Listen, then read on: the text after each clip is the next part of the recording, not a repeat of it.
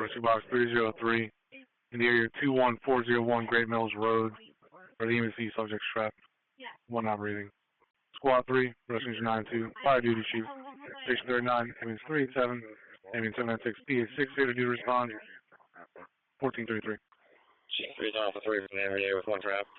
Chief 3 reported one trap, one ejected, not breathing, possibly children involved also. I can't get a clear answer on that part.